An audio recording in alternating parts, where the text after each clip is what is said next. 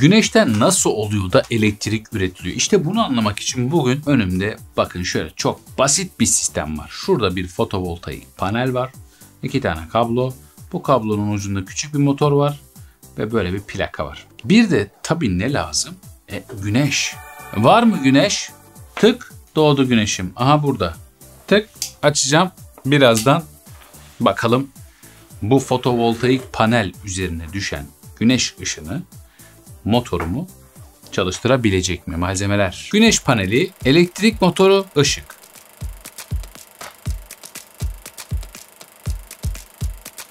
Arkadaşlar şimdi burada esas mesele güneşin bir enerji kaynağı olduğunu anlamak. Güneşten gelen enerji fotonlar vasıtasıyla bize ulaşıyor. Yani ışık diyebiliriz buna. Bunun bir enerji olduğunu anlamamız lazım. Bu paneller ya arkadaş bu kadar güneş bize bedava ışık gönderiyor. Biz de şu güneşten gelen fotonları yakalayalım. Bu enerjiyi bir kullanalım. Sonuçta doğada bitkiler, biz insanlar bu enerjiyi kullanıyoruz. Güneş olmasa aslında hayat olmaz. Bunu fark ediyor bilim insanları ve diyor ki ya bu enerjiyi biz bir şekilde günlük elektrik ihtiyacımızı karşılamak amacıyla kullanabilir miyiz? İşte güneş enerji santrallerinin minik bir kopyası şu an elimde. Bu fotovoltaik paneller. Geldiğimiz noktaya bakın. Bu sayede güneşten gelen enerjiyi yani ışık enerjisini kullanıp harekete çeviriyoruz. Bakın doğada enerji yok olmaz. Sadece şekil değiştirir. Dolayısıyla aslında sürdürülebilir enerji kaynaklarını kullanmamız gerekiyor. Onların sürdürülebilir olması bizi çeşitli enerji kaynaklarından uzaklaştırıp çevreyi korumamızı sağlayabiliyor. Mesela güneş. Güneş enerjisinin bir atığı yok arkadaşlar. Fosil yakıt değil, kömür değil. Bitmez. Güneş biterse zaten İnsanlık biter. Dolayısıyla güneş enerjisi sürdürülebilir enerji kaynaklarından biri. Bugün günümüzde artık güneş enerjisinden çeşitli alanlarda faydalanabiliyoruz. Elektrik üretimi güneş enerjisinden en çok faydalandığımız noktalardan biri. Zaten bu santraller bunun için var. Bunu biliyorsunuz. Isıtma. Mesela yine güneş enerji santralleriyle ne yapılıyor arkadaşlar?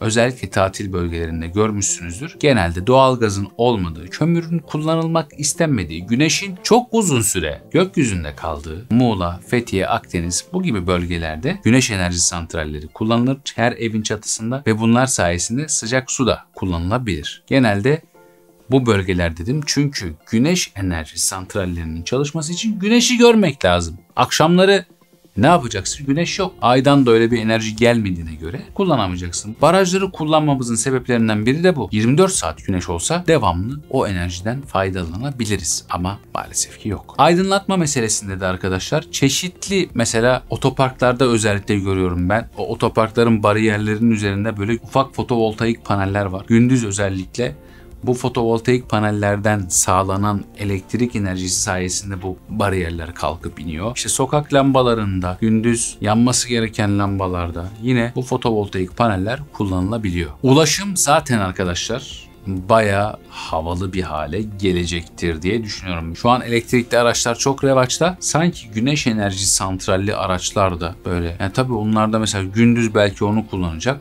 Akşam kendi pilini kullanacak. Bayağı artık full elektrik ve bedava elektriğe geçilebilecek o panellerin geliştirilmesiyle de bağlantılı olsa gerek. Mobil ve taşınabilir cihazlar. Hesap makineleri vardı değil mi? Hesap makineleri çok havalıydı ya. Ama bakın uzayda da güneş hep orada yani. Opportunity mesela 15 yıl araştırma yaptı Mars'ta. Güneş enerji santralleri sayesinde ömrü öyle bitti zaten artık paneller iş yapamaz oldu. Ve 15 yıl boyunca çalıştı bu araç. Ne sayesinde? Güneş enerji santralleri sayesinde. Benzin çok yakıyor diye mi öyle yapmışlardı? Benzin çok yakıyormuş evet. Petrolü de uzaylılar dolduruyormuş. Pompacıda uzaylı pompacılar var. Ucuz olsun diye mi? Hayır abi yani. O deli gibi bir yolculuk yapıyor. Buradan Mars'a gitmek 7 ay sürüyor. Ne kadar yakar? Bir düşün bakalım 7 ay. 7 ay boyunca kaç kilometre hızla Ay'a gidiyorsun? Yani. Kilometrede 910 lira yaksa. Yani ay değil Mars pardon. 7 ay sürüyor arkadaşlar buradan Mars'a gitmek. Güneş enerji santrali olmasa gidemez. Zaten yörünge hep ona göre dizayn ediliyor. Peki biz burada şimdi bu paneli kullanarak bu motoru döndürebileceğiz mi? Çok meraktayım ve deneyi başlatıyorum. Arkadaşlar güneşi Burada da panelim. Bakalım.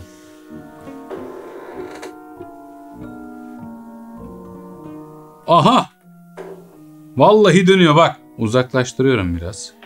Arkadaşlar uzaklaştırdığım anda durdu. Yaklaştırıyorum. Aa! Çok iyi. Çok yaklaştırdığın zaman çok dönüyor. Bak. Uzaklaştırdıkça çok acayip. Çok acayip.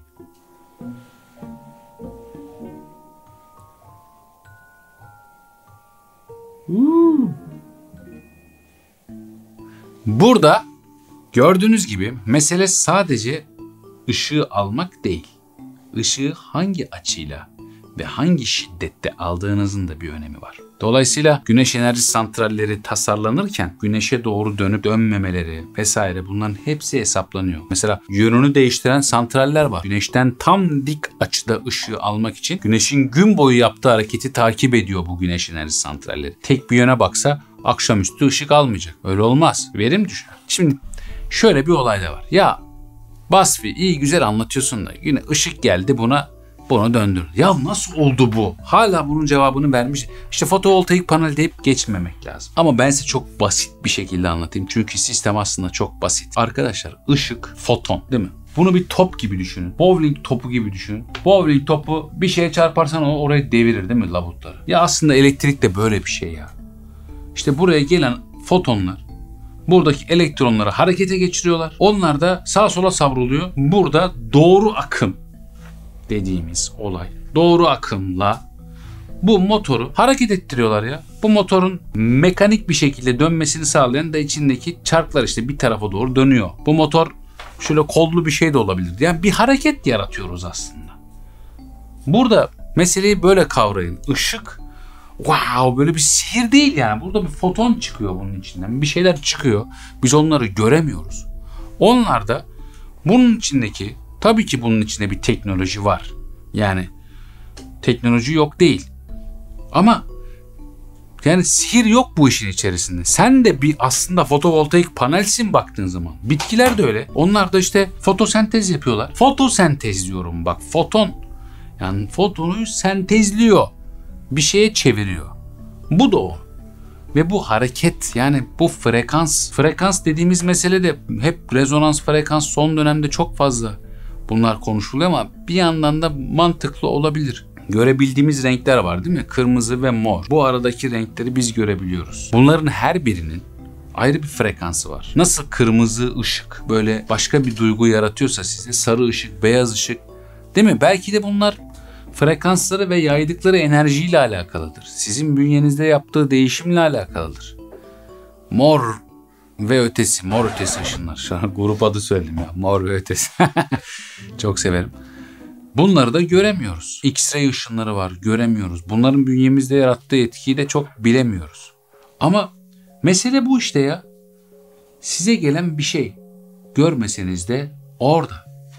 Ve harekete geçiriyor bazı şeyleri. Tıpkı burada olduğu gibi.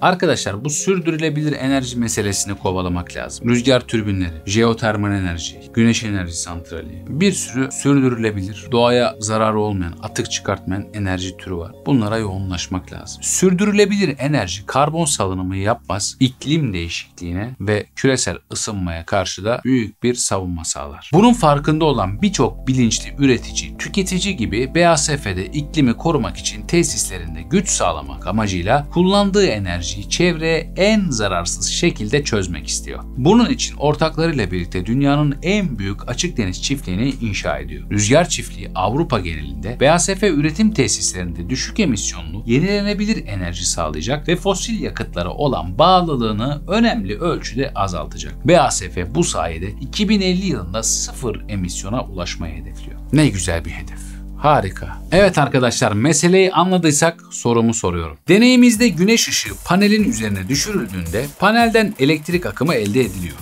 Bu akımı arttırmak için aşağıdakilerden hangisi yapılabilir? A. Panel üzerine düşen ışığın miktarını, şiddetini arttırmak. B. Işığın frekansını azaltmak.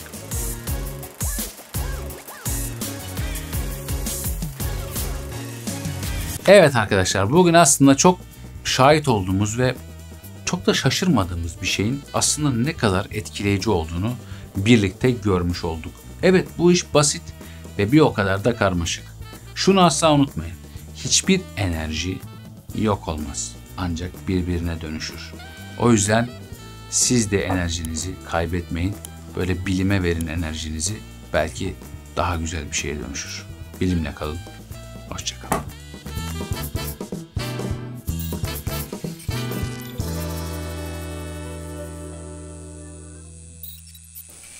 Ben şimdi yazın plajda yatarken terliyorum mesela. Acaba Evet. ben de mi fotonları bir şey yapıyorum, enerjiye dönüştürüyorum?